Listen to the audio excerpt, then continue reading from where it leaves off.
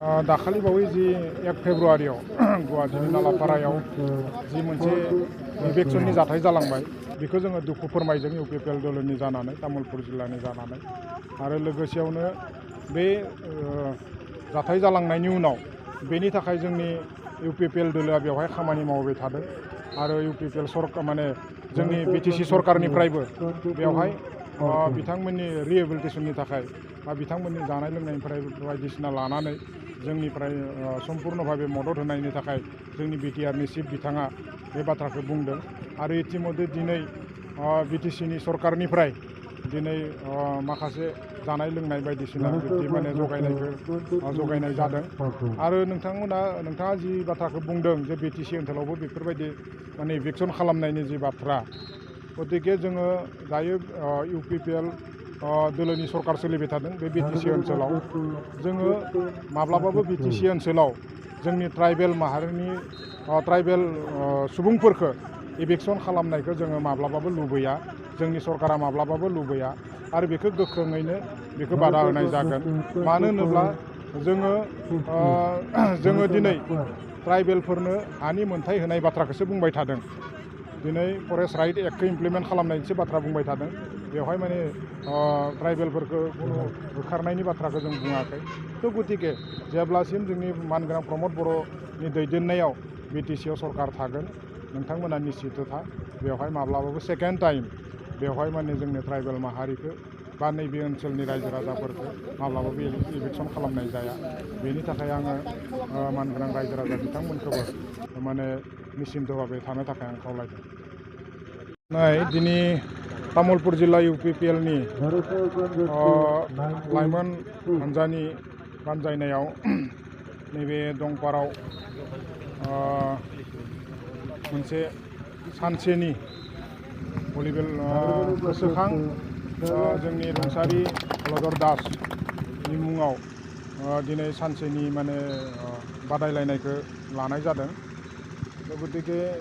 जों मिथिगौ जे इउपिपिएल दोलोआ दिनै बे ओनसोलनि रायजो राजाफोरनि मोजांनि थाखाय दिनै खामानि मावगासिनो दङ दिनै बिटिसिआव जोंनि इउपिपिएल बिएसपिनि सरकार सोलिगासिनो दङ गतिके जोङो नैबे ओनसोलाव फारफ्रोमबो बिथिङाव जाहाथे रायजो राजाफोरखौ जों जौगाखांहोनो हायो फारफ्रोमबो बिथिङाव जों जाहाथे मोनसे जौगानाय लाबोनो हायो बेनि थाखाय जोङो सरकारजों लोगोसे ज' जानानै जोङो इउपिपिएल दोलोआबो खामानि मावबाय थादों गतिके नोंथांमोना मिथिगौ दिनै रुंसारि हलधर दासनि मुङाव दिनै बे भलिबल बादायलायनायखौ होनाय जादों रुंसारि हलधर दास बिथाङा जोंनि तामुलपुर जिल्लानि सासे इउपिपिएल दोलोनि बिफा महरै खामानि मावबोदोंमोन बिथाङा सासे जोंनि कर्मिमोन आरो बिथाङा जोबोद सासे फोरोंगिरिल' नङा बिथाङा सासे जोबोद मोजां मानसिमोन सासे समाज सिबियारिमोन ससा अर्थ'आव जों बुंनो थाङोब्ला आरो बिथांनि जि मावनाय दांनाय बिथांनि जि सिन्ताधारा बे सिन्ताधाराखौ जाहाथे मावनाय दांनायखौ जाहाथे जोङो समाजाव मोनसे गोहोम खोख्लैहोनो हायो समाजाव मोनसे बिथांनि सिन्ताधारानि गेजेरजों जों जाहाथे मोनसे सोलायनाय लाबोनो हायो मोनसे गोजोरथायारि मोनसे जौगानाय लाबोनो हायो बेनि थाखाय जों बिथांनि गोसोखांथियाव दिनै बे खेलाखौ होनाय जादों आरो ओंखायनो आं दिनै इउपिपिएल दोलोनि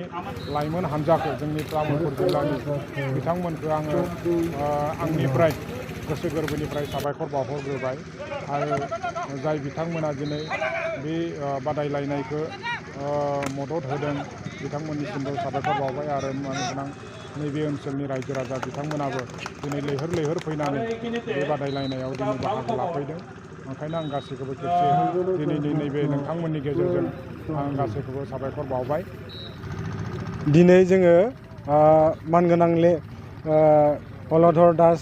बिथांनि मेम'रियेल भलिबल गेलेनाय बादायलायनाय होदों बेवहाय जोङो परिकय समस्ति मोनबा ब्लक लोगो नांनानै जोङो गरायसर सुख्लाय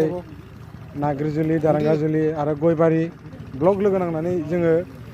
भलिबल खेला बादायलायनाय होदों बेवहाय बे गेलेनायनि गेजेरजों मानगोनां हलधर दास बिथांखौ गोसोखांनानै जों बिथाङा जे समाजनि थाखाय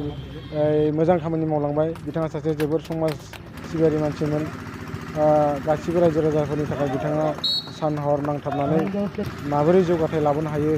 रायजो राजाफोरनि थाखाय खामानि मावग्रा मानसिमोन। बिथांनि मेम'रियेल बेखौ गोसोखां लानानैनो जोङो लाइमोन हान्जाफोरखौ गेलेनाय भलिबल बादायलायनाय होनाय जादों। बेवहाय गासैबो सेंग्रा लाइमोनफ्रा बाहागो लानानै गावसोरनि रोंगौथिखौ दैखांनो हादों। बेनि गेजेरजों बिथांमोना खेला गेलेनानै जे गावखौ सासे फसंथान खालामनो हायो बेखौ बेवहाय देखायनो बिथांमोना खाबु मोनदों। बेखौ जोङो UPPLनि बानजायनायाव जोङो बे खेलाखौ होनाय जादों। बेनि गेजेरजों आरो बुंबावनो सानो जे गासैबो रायजो राजाफ्रा जों खेला गेलेनानै गावखौनो गाव एसे फसंथानो लामायाव लाबोदों।